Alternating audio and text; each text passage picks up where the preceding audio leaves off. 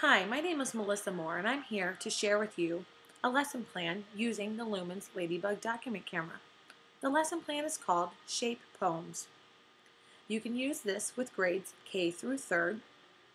The objectives are students will analyze published shape poems to determine what they are and how they are written, use sensory language while writing poems to accurately convey to the reader what they are experiencing, analyze their use of sensory language by incorporating peer feedback in response to their shaped poems. The equipment that you'll need is a Lumens art supplies like construction paper, glue sticks, markers. Define the shape poem for the class as a poem that takes the shape of the subject of the poem. Show a few examples of shape poems completed by students. You do not need to read the titles and invite the students to guess what the titles are. Students will predict the title by using the shape and the words of the poem. After several guesses, reveal the title. As you can see in front of you, I'm using a Lumens Ladibug document camera. Actually, it's called the DC190, and I'm showing a few of the examples that I have from other students. This is an apple. Now, the shape poems do not have to rhyme.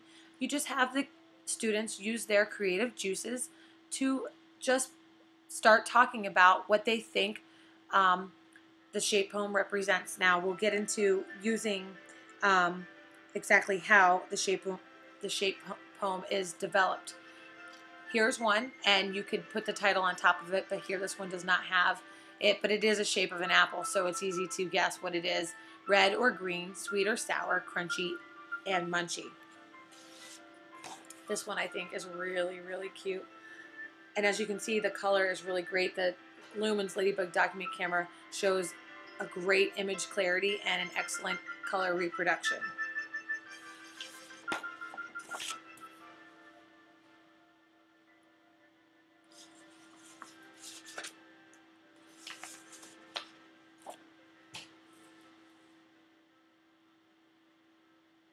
Part of the instructional plan is the modeled guided practice of writing shape poems. The teacher will now show the class how to write a shape poem. They will do this together before writing one independently. For younger students, the teacher may have pre-cut shapes, and for older students, allow them to brainstorm their own ideas.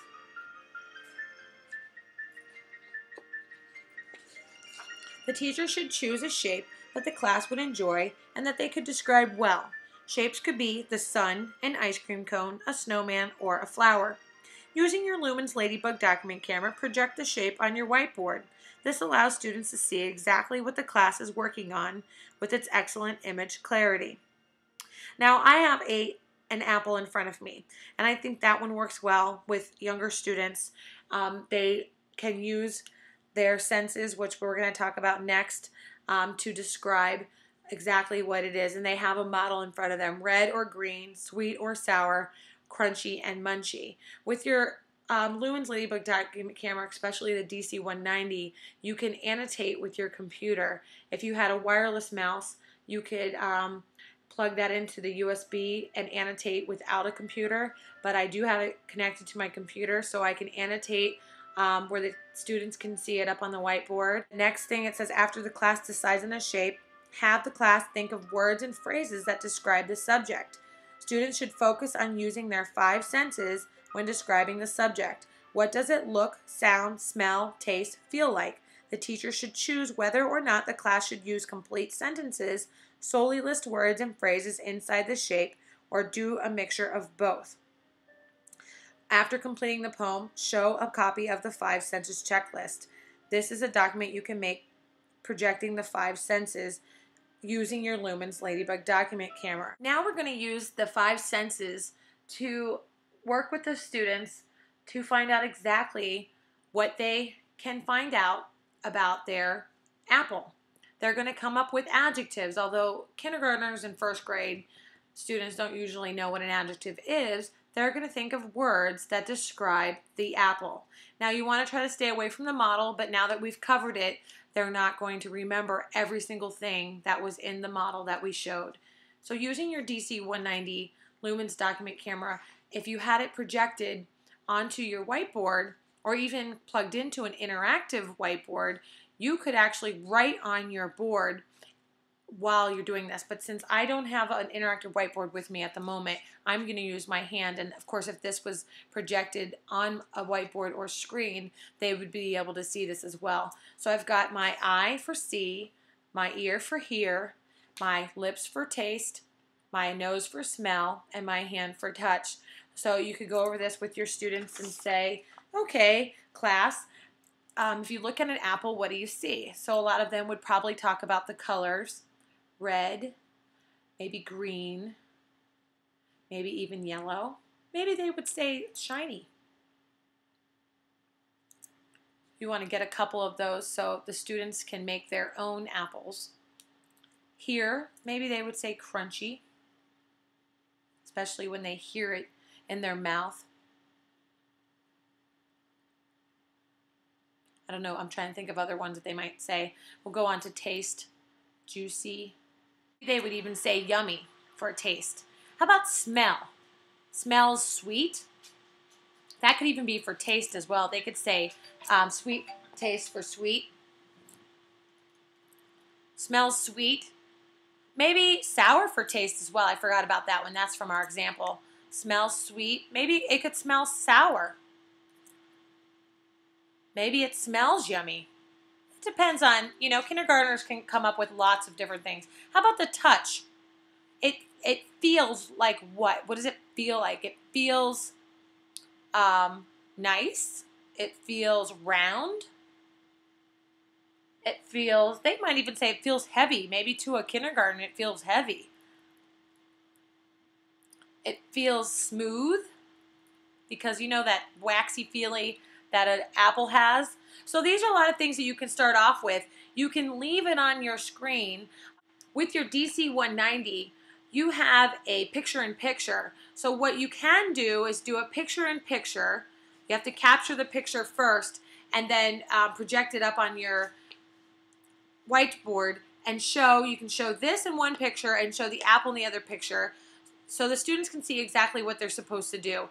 Shape poems obviously don't rhyme, and they can put something together. It doesn't have to be sentences. It doesn't have to be, doesn't really have to really make sense. They just have to put it together and describe how they feel about an apple.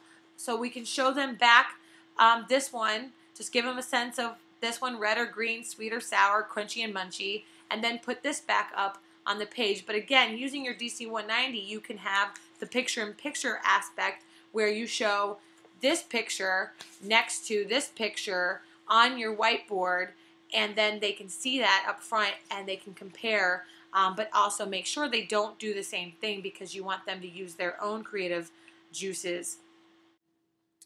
Now is the time for the independent shape poem writing. The teacher can now hand out the pre-cut shapes to students or allow the older students to brainstorm poem topics. Have students draw the shape outline on one sheet of paper. The students with the pre-cut shapes will skip this step. Next, the students will write down descriptive words or phrases about their shape. Now, your kindergartners have the ones up here on the board. Then have them arrange the descriptive words into the chosen shape. After writing their first draft, have the students review their writing using your 5 senses checklist and revise any descriptive words that may not fall into the categories on the checklist. After the students have revised their writing, have them exchange their shape poems with a partner to get feedback. The students should make any revisions based on feedback. I would have kindergartners write their shape poems on a plain piece of paper before they write them on their pre-cut shapes. The next part is publishing shape poems. The teacher can hand out art supplies to students so that they can creatively design their shape poems. Make sure that the students check their spelling before they copy their poems on the construction paper. Place the students into groups of 3. Have each student read his or her poem to the rest of the small group. The students in the small group should share one thing that they liked about the reader's poem. When all students have read their poems within their group, have them hand in a copy of their final poems. Using your Lumens Ladibug document camera, preferably your DC190, the one-touch recording option allows teachers to record audio and video. The teacher can record the students showing their shape poems and reading them. The video can be uploaded to a website or even emailed to parents. This is an excellent idea for showing parents what you've been doing in the classroom. I know that you would probably send home their shape poems or even put them on a board for the school to see, but video recording what the kids have been doing in class is even better, and posting that to a website. For your evaluation, you would assess your students' knowledge of peer review process, have the students articulate what changes they made based on their peers' feedback. This can occur during a one-on-one writing conference, or you can also review the 5 sense checklist to see the peers' responses to the poems. If you'd like to learn more about the DC190, please go to www.myladibug.com. That's spelled Ladibug. If you'd like to get more lesson plans, please stay tuned.